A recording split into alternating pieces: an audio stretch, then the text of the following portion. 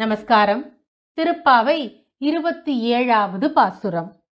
கூடாரை வெல்லும் சீர் கோவிந்தா உந்தன்னை பாடிப்பறை கொண்டு யாம்பெரும் சன்மானம் நாடு புகழும் பரிசினால் நன்றாக சூடகமே தோள்வளையே தோடே செவிப்பூவே பாடகமே என்றனைய பல்கலனும் யாமணிவோம் ஆடையுடுப்போம் அதன் பின்னே பால் சோறு மூடனை பெய்து முழங்கை வழிவார கூடியிருந்து குளிர்ந்தேலோர் எம்பாவாய். விளக்கம். திருப்பாவை 2வது பாடலில் நோன்பு துவக்கிய ஆண்டாள் நெய்யுண்ணோம் பாலுண்ணோம் மையிட்டெழுதோம் மலரிட்டு நாம் முடியோம் என்று நோன்புக்கு தவிர்க்க வேண்டியவைகளை சொன்னாள். இந்த பாசுரத்தில் நோன்பு பூர்த்தியாகிவிட்டபடியால் அங்கே தவிர்க்க சொன்னவைகளை எல்லாம் இங்கு தோழி சுற்றத்தாரோடு இருந்து அனுபவிக்கிறாள். எப்படி?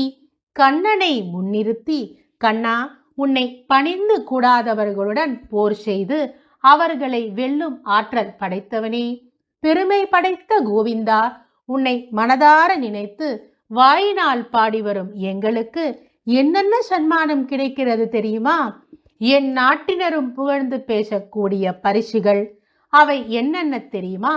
காதணி, தோள்வளை, காலில் அணியும் சதங்கை ஆகிய ஆபரணங்கள், அவைகளை அணிந்து கொள்வோம். புத்தாடை அணிவோம்.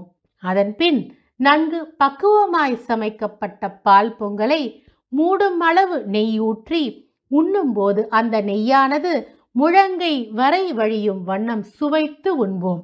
தனியாக அல்ல, எங்கள் உறவினர், சுற்றத்தார், தோழிமார் அனைவரோடும் கூடியிருந்து மகிழ்ச்சியோடு உண்போம் என்பது மேற்கண்ட பாசுரத்தின் விளக்கமாகும். இந்த பாசுரத்தை சேவிப்பவர்களுக்கு பிரிந்து போன உறவினர்கள் ஒன்று சேர்வர், வறுமை நீங்கும், செல்வம் பெருகும். மீண்டும் ஒருமுறை இந்த பாசுரத்தை சேர்ந்து சேவிப்போமா?